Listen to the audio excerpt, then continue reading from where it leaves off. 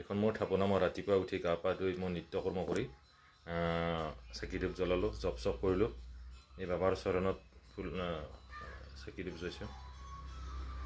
জয় বাবা মহাপ্ৰভু ৰাধা কৃষ্ণ।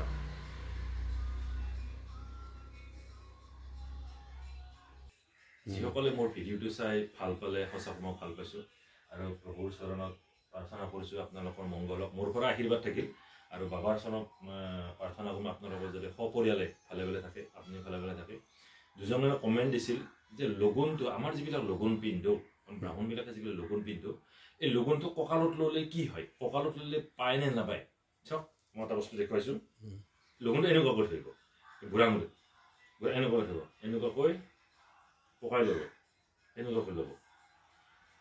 এইটো হৈছে প্ৰাতঃ জপ বুলি কওঁ। গায়ত্ৰী জপ যিটো কৰে এইটো প্ৰাতঃ ৰাতিপুৱা। এইটো হৈছে মধ্যাহ্ন, এনেকুৱা কৰি মধ্যাহ্ন অৰ্থাৎ দুপৰীয়া টাইমত। এইটো অপৰাহ্ন, এইটো সন্ধিয়া টাইমত। প্ৰাতঃ, মধ্যাহ্ন, অপৰাহ্ন। কি জপ যেতিয়া কৰিব আপুনি এইটোৰ পৰা এনেকুৱাকৈ জপ কৰিব লাগে, এনেকুৱাকৈ গায়ত্ৰী জপ কৰিব লাগে। এনেকুৱাকৈ আহি ইয়াত এবাৰ হয়, এইটো আকৌ ইয়াৰ পৰা যেতিয়া আহিব এনেকুৱাকৈ আহি জপ গায়ত্ৰী মন্ত্ৰ মাতি থাকিব, আহি ইয়াতে শেষ হ'ব। আকৌ উল্টামুখে আহি ইয়াতে জপটো শেষ হয়, অৰ্থাৎ এইটো একবাৰ হৈ জপ। তাতে এটা কথা আছে, জপটো শেষ হ'ল, জপটো কৰে কিন্তু আপুনি যেতিয়া লেট্ৰিন যাব, পেচাব কৰিব যাব, তেতিয়াহ'লে আমি কাণত ল'ব লাগে, এনেকুৱা কাণত পকাই ল'ব।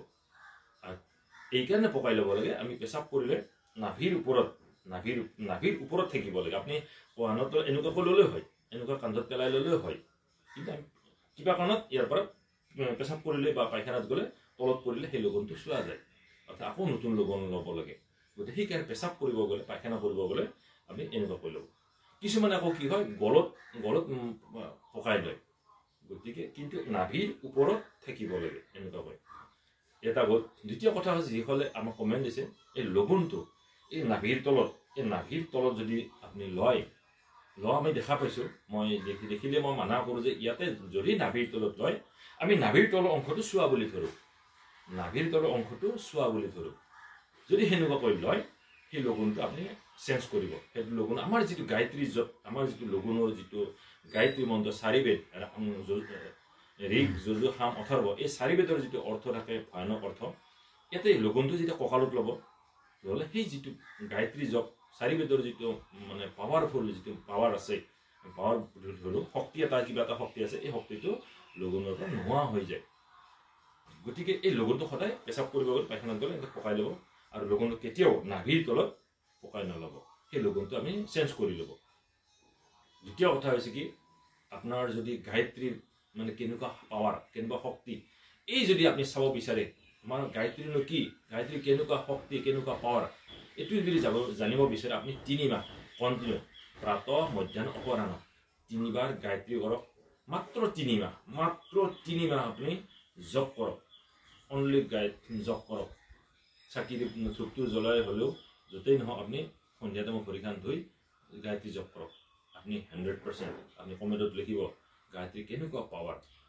গতিকে মই নিজে ভুক্তভোগী। মই এটা সময়ত যেতিয়া আমি সৰুতে মোক লগুণ দিছিল, একদম কালত লগুণ দিছিল, যেতিয়া আমি সেই গুৰুদেৱে যিটো আমি পুৰোহিত দিছিল, এইটো আমাৰ আছে, তেখেতসকল এতিয়াও আছে, সেই গুৰুদেৱক সুধিছিলোঁ আমি গায়ত্ৰীনো কি, গায়ত্ৰী কেনেকুৱা পাৱাৰ আছে, কেনেকুৱা শক্তি এটা আছে, গায়ত্ৰী আমি কিয় লগুণ পিন্ধিব লাগে, এই বিষয়ে আমাক তেওঁ মোক কৈছিল এটা কথাই কৈছিল, এতিয়াও মনত আছে যে তুমি যদি এই গায়ত্ৰীৰ পাৱাৰ যিটো শক্তি আমি বুলি কওঁ, এই গায়ত্ৰীৰ পাৱাৰ মানে শক্তিটো কেনেকুৱা এই বিষয়ে জানিবৰ কাৰণে হ'লে তুমি 3 মাহ কণ্টিনিউ জপ কৰা, প্ৰাতঃ, মধ্যাহ্ন, অপৰাহ্ন 3 বাৰ জপ কৰাৰ পিছত, ত্ৰিসন্ধ্যা জপ কৰাৰ পিছত 3 মাহ পিছত তুমি মোক লগ কৰিবা, তুমি নিজেই গম পাবা আমাৰ গায়ত্ৰী কেনেকুৱা শক্তি এটা। গতিকে আপুনিও ত্ৰিসন্ধ্যা গায়ত্ৰী জপ কৰক, আপুনি নিশ্চয় পাম। আচলতে 10 বাৰৰ তলত গায়ত্ৰী জপ নহয়, আচলতে আমি 108 বাৰ কৰিব লাগে। অসমৰ্থ হ'লে 10 বাৰৰ তলত জপ নহয়, গায়ত্ৰী জপ নহয়। অন্যান্য জপ হয়, অন্যান্য জপ 108 বাৰৰ তলত জপ নহয়, কিন্তু গায়ত্ৰী জপ 10 বাৰৰ তলত জপ নহয়। গতিকে আমি 10 বাৰ জপ কৰিব, আমি 3 মাহ কণ্টিনিউ কৰক, তাৰপিছত মোক কমেণ্টত লিখিব যে মই কি কৈছিলোঁ।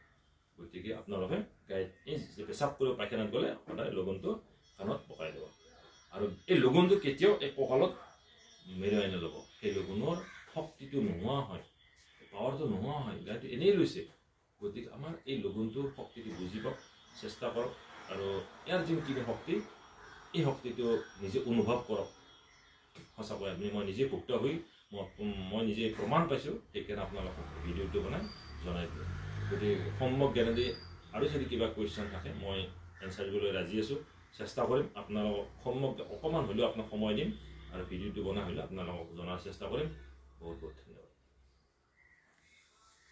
গায়ত্ৰী অৰ্থ